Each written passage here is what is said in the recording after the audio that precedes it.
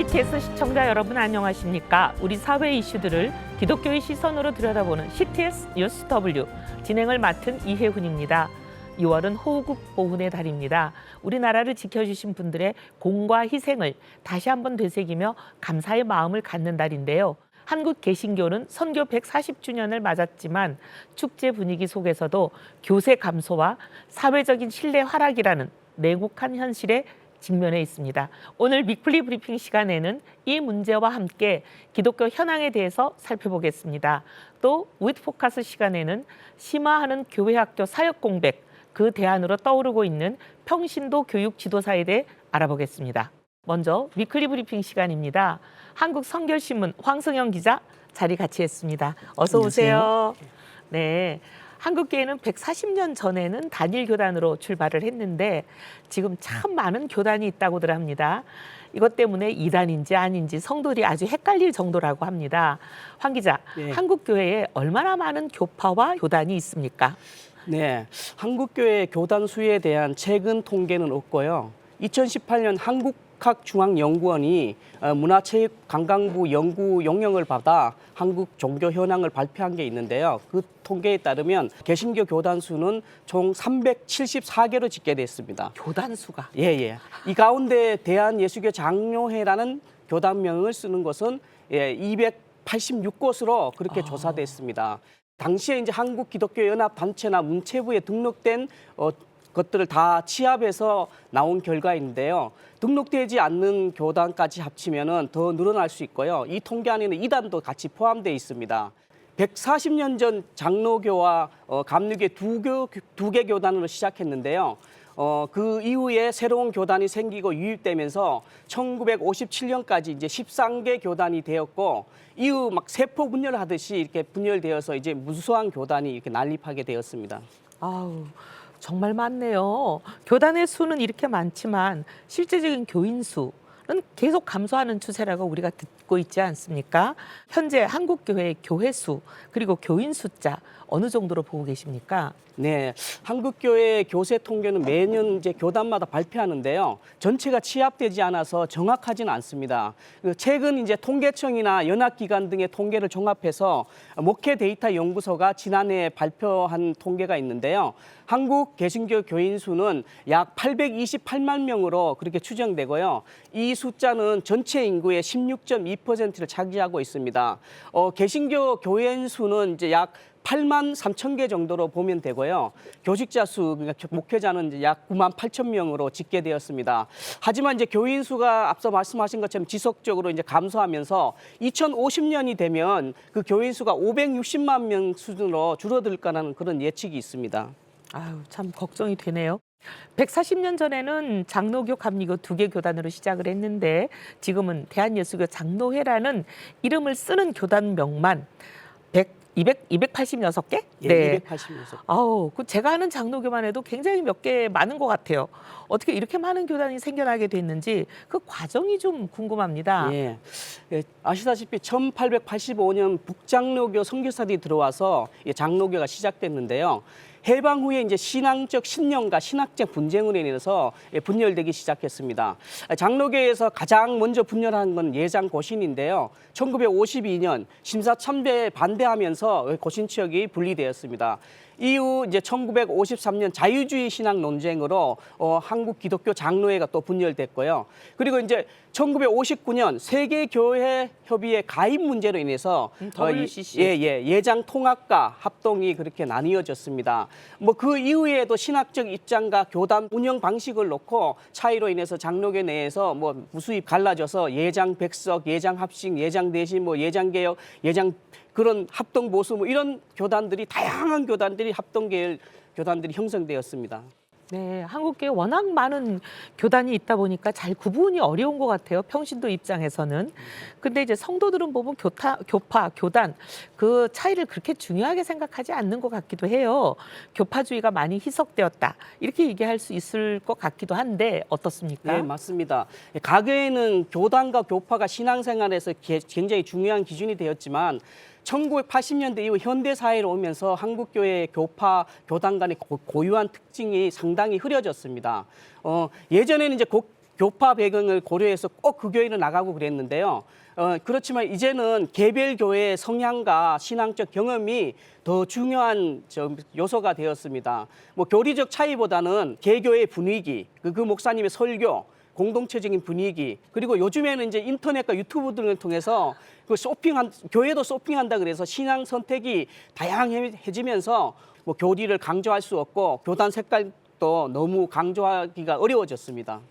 저만 해도 나고 자란 교회는 고신파였어요, 고향에서. 예. 근데 서울에 이제 대학을 오니까 고신파 찾으니까 거의 없더라고요. 지금은 이제 교단에 속하지 않는 독립교단 교회를 섬기거든요. 예. 그렇게 사람들도 비슷하게 변화하는 것 같습니다. 앞으로 이런 변화는 더 많이 바뀔 것 같아서요. 개신교 교단 지형이 더욱 유동적으로 될 것 같습니다.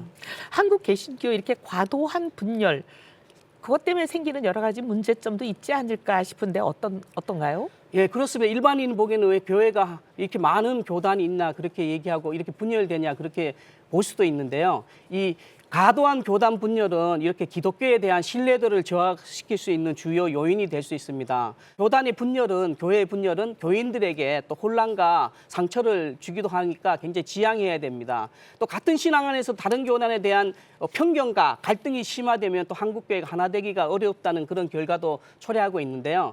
한국교회 분열된 모습으로 인해서 또 대사회적 영향이 약화된다는 점도 굉장히 큰 문제입니다.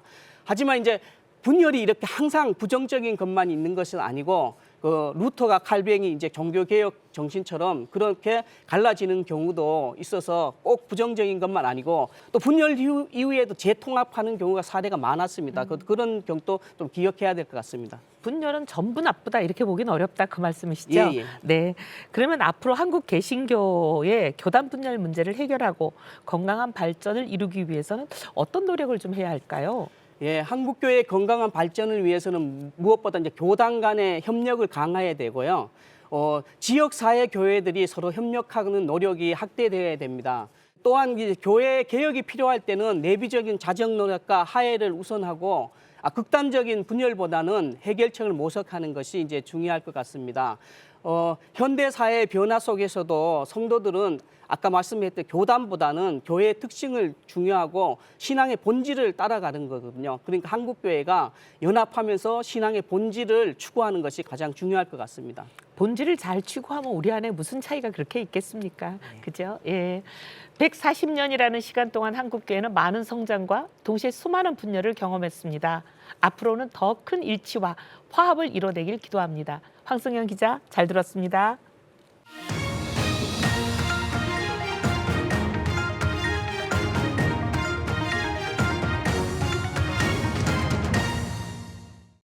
이번 시간은 with 포커스 시간입니다. 얼마 전에 한국교회에서 부교육자 기피 현상이 심각하다.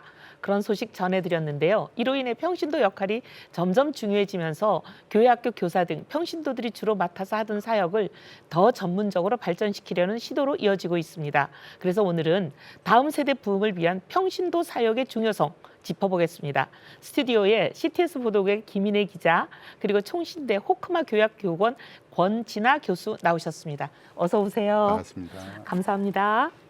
김인혜 기자, 한국교회가 주일학교에서 아주 큰 어려움을 겪고 있다고 하네요. 주요 이유는 다음 세대의 급격한 감소, 이것도 요인이 되겠지만 다음 세대의 교육을 담당해야 할 교육전도사의 수급이 심각하다, 이런 얘기가 있는데 어떻습니까? 네, 한국교회의 교회학교 학생 수는 최근 몇 년간 급격한 감소 추세를 보이고 있습니다. 대한예수교장로회 통합총회의 경우 교회학교 학생 수는 2010년 기준 27만 5천여 명이었지만 2023년 기준 9만 9천여 명으로 10만 명 벽이 깨졌습니다. 기독교 대한감리회는 지난해 등록 아동 수가 6만 311명으로 2023년 등록 아동 6만 3천여 명에 비해 3천여 명 감소했습니다. 등록 아동 수가 정점을 찍었던 2006년 27만 5천여 명과 비교해 무려 21만 5천여 명이 줄어든 수치입니다. 다음 세대 감소가 가파르게 진행되는 이 상황에서 각 교단과 교회마다 이 주일학교, 교회학교 부흥을 강조하고 있지만 교회학교 현장에선 다음 세대에게 복음을 가르칠 이 교역자를 구하는 일도 매우 어려운 현실입니다. 네, 학생 수가 감소하는 거 그것도 문제지만 가르칠 전문 교육자가 부족하다. 두 가지 문제 이중고에 빠져 있다는 말씀이시네요. 예, 그러면 이 교역자들을 구하기 어려운 이유 그런 이유가 어떤 게 있습니까? 네, 가장 큰 이유는 경제적인 문제입니다. 이 목회 데이터 연구소가 전도사 510명을 조사해 발표한 통계에 따르면요. 교회 학교 사역을 기피하는 가장 큰 이유로 응답자의 32%가 경제적인 문제를 꼽았습니다. 서울을 비롯해 수도권을 벗어난 이 교회의 경우 교회 학교 교역자 수급은 더 어렵습니다. 교회 학교 교역자는 신대원 공부와 병행을 하는 경우가 대부분인데요. 이들의 사례비는 80만 원에서 100만 원 안팎입니다. 신학교 대부분이 대도시에 있는 점을 감안했을 때 이 적은 금액의 사례비를 받고 지역에서 사역을 감당하는 것은 큰 부담이 아닐 수 없습니다. 국가가 가장 어려운 극빈자들을 분류할 때 기초생활보장 대상자라 그러잖아요. 그 기준에도 못 미치는 사례비들이네요. 최저시급에 한참 못 미친다 그런 얘기들인데 더 놀라운 것은 이것마저도 이 선마저도 주지 못하는 어려운 교회가 미자립 교회 등등 허다하다고 그런 얘기가 들리고 있습니다. 교수님, 목회 현장에서 교육 전문가 부족 얼마나 심각한 상황인가요? 뭐 현장의 어려움은 사실은 지금 문제가 아니고 이미 오래전부터 문제제기가 계속되고 있었습니다. 예장 합동교단만 하더라도 1만 2천 개 정도 교회가 있는데 그중에서 정식으로 신학교육을 받은 사역자가 교회 학교 사역을 하는 교회가 한 2,500개 정도? 나머지 교회 9천여 개 정도는 사실은 뭐 사역자가 없이 전문적인 신학교육을 받지 않은 사역자들이 없기 때문에 평신도 교사들이 사역을 하고 있다. 뭐 이렇게 이야기할 수 있을 것 같아요. 제가 어느 시골 교회를 가봤는데요. 참 충격적이었던 게 뭐냐 하면 예전부터 유년부, 초등부가 사실은 나눠지지 못하고 합쳐진 지는 오래됐고요. 근데 요즘 가보면 미취학 부서, 유아부까지 하나를 묶어가지고 운영하는 그런 교회 학교들이 상당히 많이 있습니다. 그게 그러다 보니까 이제 선생님들이 사역자도 없고 하니까 뭐 유튜브를 찾거나 인터넷 자료 찾아서 설교 자료, 교육 자료 찾아서 어렵게 사실 주일학교 하고 계시는 거거든요. 이게 지금 우리의 현실이고 신학대학원을 졸업하는 졸업생의 숫자가 절대적으로 지금 작습니다. 예전에 비해서. 그러니까 중요한 교회들 말고는 사실은 다른 교회는 갈 사역자 자체도 없다. 인원 자체가 없고 더 문제는 신학대학원에 지원하는 학생 수도 줄고 있다는 것입니다. 이게 지금 갈수록 지금보다는 미래가 더 어려워질 거라고 충분히 예측할 수 있는 상황이고 그러니까 이런 문제는 교회학교 사역의 전문성 부족 단순히 그걸로 끝나는 것이 아니고 다음 세대의 영적 양육 자체를 지금 위협하는 아주 심각한 문제다. 제가 그렇게 문제 제기를 좀 하고 싶습니다. 교역자 공백이 신앙 공백이 될 거다 이런 말씀이시네요. 그렇죠. 네, 맞습니다. 그래도 이제 이 어려운 소식이 들리는 와중에 그나마 조금 다행인 것은 주요 교단들이 교회학교 위기 극복을 위해서 여러 가지 대책 마련에 나서고 있다 이런 얘기가 들리는데 이게 사실인지요? 우리 김 기자님 좀 여쭤보겠습니다. 사실 좀 현장이 어떻습니까? 네, 그 대안이 평신도 교역자 양성입니다. 예장 통합총회는 이미 10년 전부터 총회와 지역 노회, 신학교가 함께 평신도 교육사를 길러내고 있습니다. 지난 10년 동안 교육을 받은 평신도는 400명 정도 되는데요. 평신도 교육사란 평신도가 전문적인 교육 과정을 이수해 교회학교 교육을 지도할 수 있도록 하는 제도입니다. 그러니까 이 교육 전도사가 부족한 교회학교에 평신도가 학생들을 직접 교육할 수 있도록 자격을 주는 겁니다. 예장 통합총회는 지난해 총회에서 이 평신도 교육사 양성을 총회 주력 사업으로 만들기 위해 본격적인 연구를 시작하기로 결의했습니다. 예장 합동총회 역시 지난 109회 총회에서 교회 교육 지도사 제도를 통과했습니다. 네. 올해 총회 인준 교회 교육 지도사 교육 과정이 전국에서 활발히 진행되고 있습니다. 그나마 다행이네요. 우리 권 교수님, 교회 교육 지도사 실무 맡고 계시죠? 네, 예장 합동 총회에서 교회 교육 지도사 이런 거 지금 시행하고 있다고 맞습니다. 하는데 구체적으로 어떤 제도인지 좀 설명을 부탁드립니다. 기존에 이제 주일학교 교사 부장으로 섬기던 분들이 이제 단순한 봉사자 역할에서 좀 더 교회학교 전반적인 사역을 기획하고 또 예배, 교육, 훈련 이런 다양한 분야에서 전문가로 실천할 수 있는 역량을 길러주는 프로그램이다.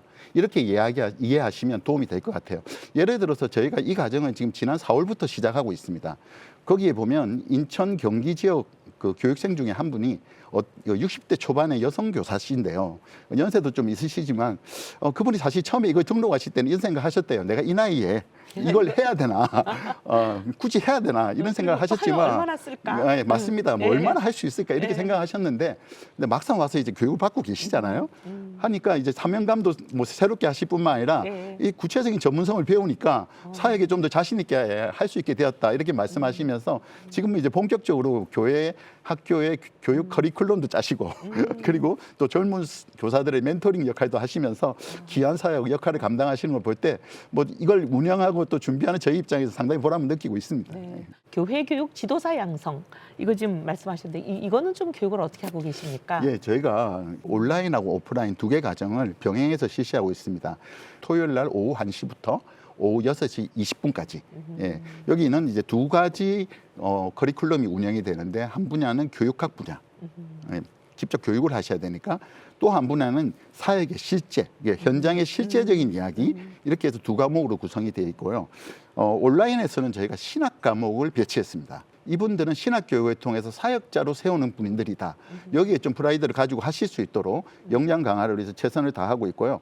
그래서 강사진은 총신대 교수뿐만 아니라 사역의 실제 현장 전문가들이 집중적으로 참여하게 되고 저희가 제일 강조하는 것은 현장성입니다. 예, 현장에 당장 쓸 수 있고 적용할 수 있는 그래서 예배당에서 즉시 적용할 수 있는 교육으로 초점을 맞추고 최선을 다하고 있습니다. 참 좋은 대안이 될 수 있을 것 같으네요. 교육 후에 인준 자격증 이런 것을 받고 그 이후에 사역을 어떻게 하는지 그 절차도 좀 말씀해 주시면 도움이 되겠습니다. 예, 일단 이 교육 과정을 다 마치시고 나면 저희가 이제 교회 교육 지도사 자격을 드리고요. 총회장과 총신대 총장 명의의 수료증이 발급이 됩니다. 정식으로. 네. 그래서 이 수료증은 단순한 수료증의 의미라기보다는 이 교단이 공식적으로 인정하는 거죠. 사역자로. 네. 네. 평신도 사역자로. 네. 근데 네. 타이틀은 교회 교육 지도사가 되는 것입니다. 네. 그래서 이렇게 자격을 취득한 이후에는 본인이 섬기는 교회나 노예에 일단 보고를 하게 되고요. 네. 그리고 각 교회, 지교회 담임 목사님, 당회가 논의해서 각 부서의 교육부서 사역자로 교회 교육 지도사로 적절한 사역이 배치가 될 거라고 생각합니다. 그리고 또 저희가 기대하는 것은 이렇게 수료하신 분들 중에 일정 수준 레벨 이상의 리더십을 갖춘 분들은 본인의 교회뿐만 아니라 정말 노예 안에 정말 어려운 교회들, 교회 학교가 없는 교회들의 사역자로 좀 파송될 수 있도록 너무 좋네요. 그렇게까지 좀 기회가 된다면 한국 교회 전체적으로 좀 좋은 영향력을 끼치지 않을까 생각도 하고 있고요. 그리고 더 중요한 건 저희가 한 번 교육받았으므로 다 모든 게 교육이 끝났다고 생각하지는 않습니다. 평생 교육해야겠죠. 예, 평생 교육을 해서 예. 3년마다 재교육하고 네, 네. 역량을 강화시켜 드려서 네. 평생 사역하실 수 있도록 예. 제가 도울 예정입니다. 아우 정말 뭐 그 말씀 들으니까 힘이 나네요. 김 기자, 이렇게 평신도가 교육사로 사역하고 있다. 그런 교회 직접 다녀오셨다고 들었는데요. 좀 설명 좀 해주시죠. 네, 경기도 화성에 위치한 교회인데요. 이 교회는 8년 전 이 교육사를 세웠습니다. 총회가 대책을 세우기 훨씬 전부터 교회 학교 현장의 어려움이 당장 눈앞의 현실로 다가오면서 교회 자체적으로 당시 아동부 부장과 교사를 교육사로 세웠습니다. 김재도 목사는 교육전도사 청빙에 대한 어려움도 있었지만 사역 기간이 짧은 파트타임보다 장기적으로 사역할 수 있는 평신도 교육사가 교회 학교 운영에 더 안정적일 것으로 판단했다고 설명했습니다. 내 교회라고 하는 그 소속감과 공동체성이 있기 때문에 우리가 상상하는 것 이상으로 희생도 많이 하고 그리고 무엇보다도 이제 아이들에 대한 관심이 정말 아침에 일찍 와서 차 몰고 나가서 애들 태우고 그런 면들을 볼 때 기대 이상으로 아주 열심히 해줘서 우리는 너무 만족해하고 감사하는 마음이 있어요. 교회 제1호 교육사인 한미숙 권사는 유초등부를, 이미정 집사는 유치부를 책임지고 있는데요. 거룩한 부담감으로 사역에 임하고 있다고 합니다. 또 교육자 청빙이 어렵고 청빙이 돼도 자주 바뀌다 보니 매번 혼란스러움 속에서 예배를 드려야 했다며 이제 학생들이 교육자가 바뀌는 스트레스 없이 일관된 예배를 드릴 수 있고 그 결과 아이들의 삶과 태도가 하나님 중심으로 변화되고 있다고 교육사의 역할을 평가했습니다. 하지만 이 평신도가 설교하는 것에 대한 조심스러운 시각도 있습니다. 한국 기독교 장로회는 교육사 제도를 2년째 신설하는 건을 부결시켰습니다.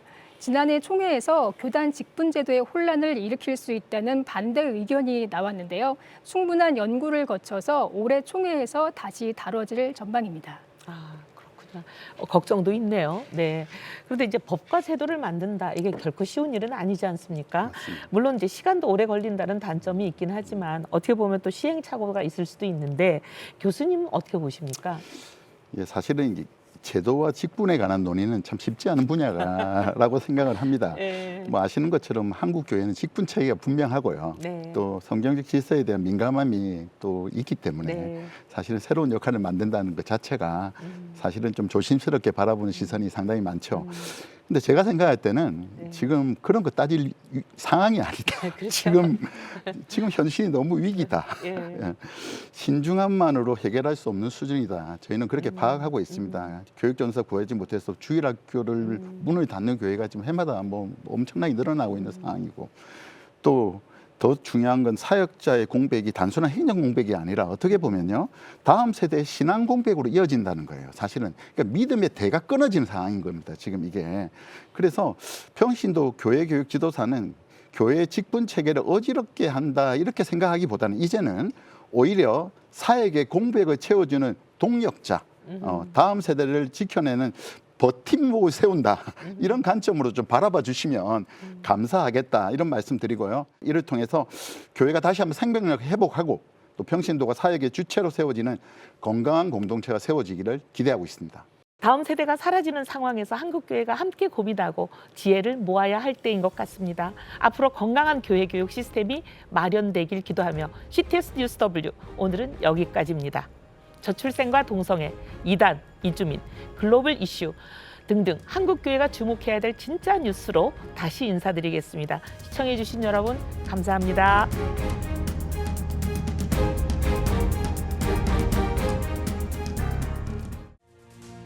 지금 한국교회는 복음의 능력이 필요합니다. 하나님 앞에서 자신을 돌아보는 회개 용서 운동, 성령의 임재를 간절히 구하는 기도 성령 운동, 오직 말씀과 기도로 다시 일어서야 합니다. 한국교회가 복음의 능력을 회복할 때 나라와 민족을 살리고 다음 세대가 믿음으로 바로 설 것입니다. 예수 그리스도의 생명의 복음으로 하나 되는 한국교회. 개혁주의 생명신학이 예수 생명의 마중물이 되겠습니다. 이 캠페인은 기독교대학의 글로벌 리더 백석대학교와 백석총회가 함께합니다.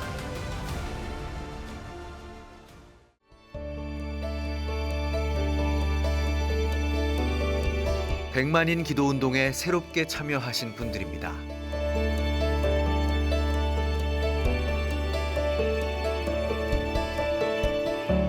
백만인 기도운동을 통해 보내주신 후원금은 국내는 물론 전 세계를 향한 CTS의 영상 선교 사역을 위해 소중하게 쓰이고 있습니다.